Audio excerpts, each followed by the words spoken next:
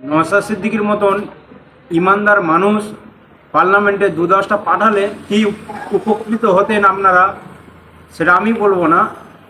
এই ইমাম সাহেব কি বলছেন, এনার কথাটাই প্রথমে শুনুন। কথাটা আমার একটু কড়া হলো, আপনার ভালো না লাগতে পারবেন, আপনি বলবেন সিয়াসি কথা।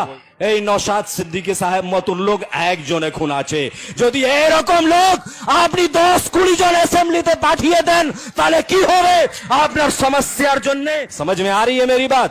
বুঝতে পারছেন এই সমস্যা কোথা থেকে পয়দা হচ্ছে, এই সমস্যার সমাধান কোথা থেকে হবে? এই যে অ্যাসেম্বলিতে বসে লোক আছে, এই পার্লামেন্টে বসে যে লোক আছে, এই সমস্যা আপনাদের জন্য তৈরি করছে, আর আপনি ওই সমস্যা নিয়ে ঘুরে বেড়াচ্ছেন, সব সময় ওই সমস্যা নিয়েই পড়ে থাকছেন। এই সমস্যা থেকে কখনো বের হবে না যতক্ষণ আপনি এটা সিদ্ধান্ত না নেয় কি আমাদের নুমাইন্দা অ্যাসেম্বলিতে যাবে, যতক্ষণ আপনাদের এই সমস্যা নেবেন না কি আমাদের নুমাইন্দা পার্লামেন্টে পৌঁছুক, ততদূর আপনাদের সমস্যার সমাধান হবে না।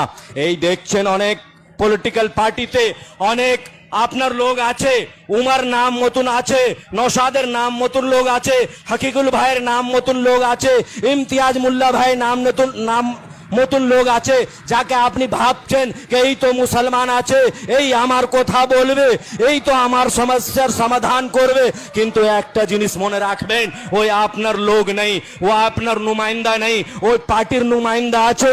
পার্টির যে সিদ্ধান্ত থাকবে সেই সিদ্ধান্ত থেকে ও 1 ইঞ্চি পিছনে যাবে না। এই জন্য এটা কখনো মনে রাখবেন না কি ওই আপনার সমস্যার সমাধান করার জন্য অ্যাসেম্বলিতে পার্লামেন্টে আপনার সমস্যাগুলো তুলবে। এটা দেখতে পাচ্ছেন তো আমি যে কথাটা বলছি সঠিক আছে? আপনার সমস্যার সমাধানের জন্য কোন মিছিল মিটিং করতে হয় না, আপনার লোক আপনার কোথায় আপনার সমস্যা নিয়ে অ্যাসেম্বলি আর পার্লামেন্টে আপনার কথা বলবে, আপনার প্রতিনিধিত্ব করবে। এই সময় আছে। আমি পলিটিক্সের কথা এই জন্য বললাম কি এসআই এর উপরে কথা এসে গেছে, ওয়াকফের উপরে কথা এসে গেছে, একই কথা বারবার যদি আসে তাহলে মানুষের মাইন্ডটা বোর হয়ে যাবে। এই জন্য আমি পলিটিক্সের ব্যাপারে কথা বলছি।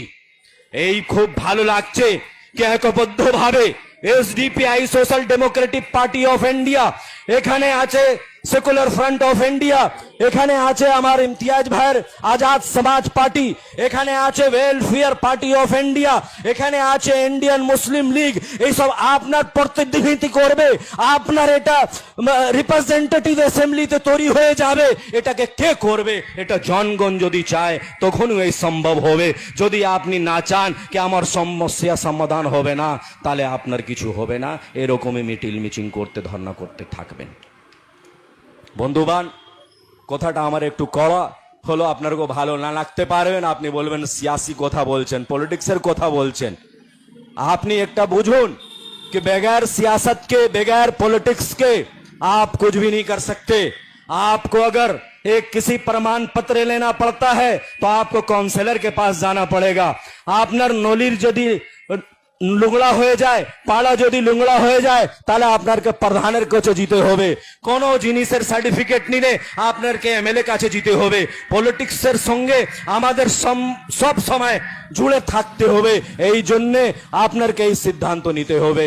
এই কথাটা আজকে আমি বলে আমার বক্তব্যটা শেষ করছি কি ওয়াকফ আন্দোলন যে চলছে এটাকে গ্রাস রুট লেভেলে পৌঁছাতে হবে আমাকে।